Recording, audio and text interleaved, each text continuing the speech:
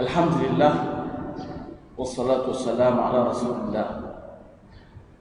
Pada malam ini kita masuk siri yang ke-10, dan pada malam ini kita kembali semula kepada landasan yang kedua tentang akidah, yang kita fokus kepada isu kalimah Allah. Tetapi kita daripada pengajian yang sudah-sudah bukanlah terikat kepada isu semata-mata. Sebaliknya kita cuba melihat dalam skop yang lebih luas dan lebih terbuka. Pada malam ini kita kembali kepada landasan yang kedua, bertolak daripada ayat dalam surah Al-Fatihah juga, yaitu Iyyaka na'budu wa iyyaka nasta'in. Dan kita fokus pada bahagian pertama sahaja, iaitu Iyyaka na'budu. Karena mungkin perbincangan tentang Iyyaka na'budu juga mengambil beberapa siri, di mana fokus dalam ayat Iyyaka na'budu adalah ubudiyah, yaitu rasa kehambaan atau rasa ketundukan seseorang manusia kepada Allah Subhanahu wa ta'ala. Apa yang kita ingin sampaikan di antara tuntutan kalimah Allah ialah memerlukan kepada kita melakukan dua perkara, yaitu al-ibadah dan satu lagi al-isti'anah. Jadi kita bincang dulu bahagian yang pertama, bahagian al-ibadah,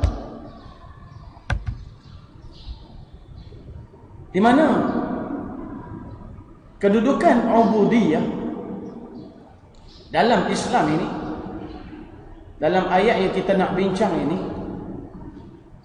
ringkasannya seperti gambar yang saya lukiskan ini, di mana dalam Al-Quran itu segala ayat yang ada disimpulkan istipatinya atau isi-isi utamanya dalam surah Al-Fatihah.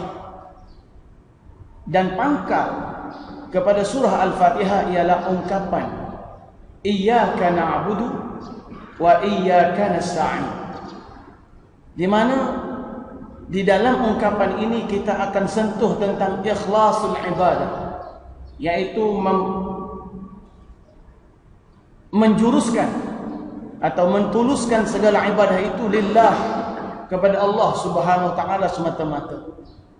Dan yang kedua kita akan bincang nanti al-ibadah itu sebagai matlamat, yaitu tujuan utama dalam hidup, dan al-isti'anah itu sebagai jalan untuk menuju kepada ibadah.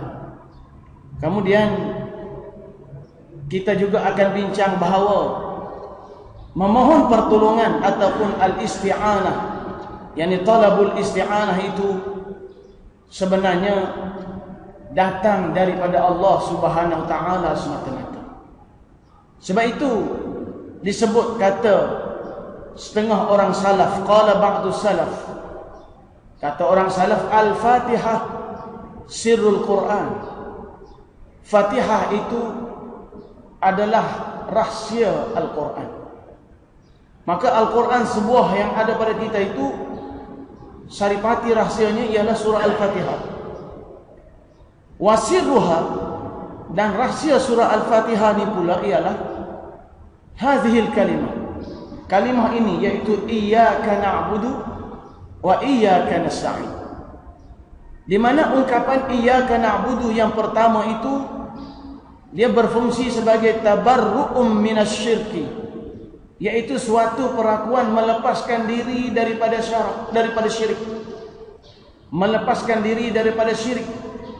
Ini di antara tuntutan kalimah yang kita akan bincang. Wasani, dan perkara yang kedua, yaitu Iyyaka nasta'in, itu sebenarnya dalam kita melepaskan diri daripada syirik, Iyyaka na'budu wa iyyaka nasta'in itu pula bermaksud tabarru'un minal hauli wal quwwati wat tafwid ila ghairillah. Yaitu berlepas diri daripada segala kuasa dan kekuatan, serta kita hanya berserah kepada Allah.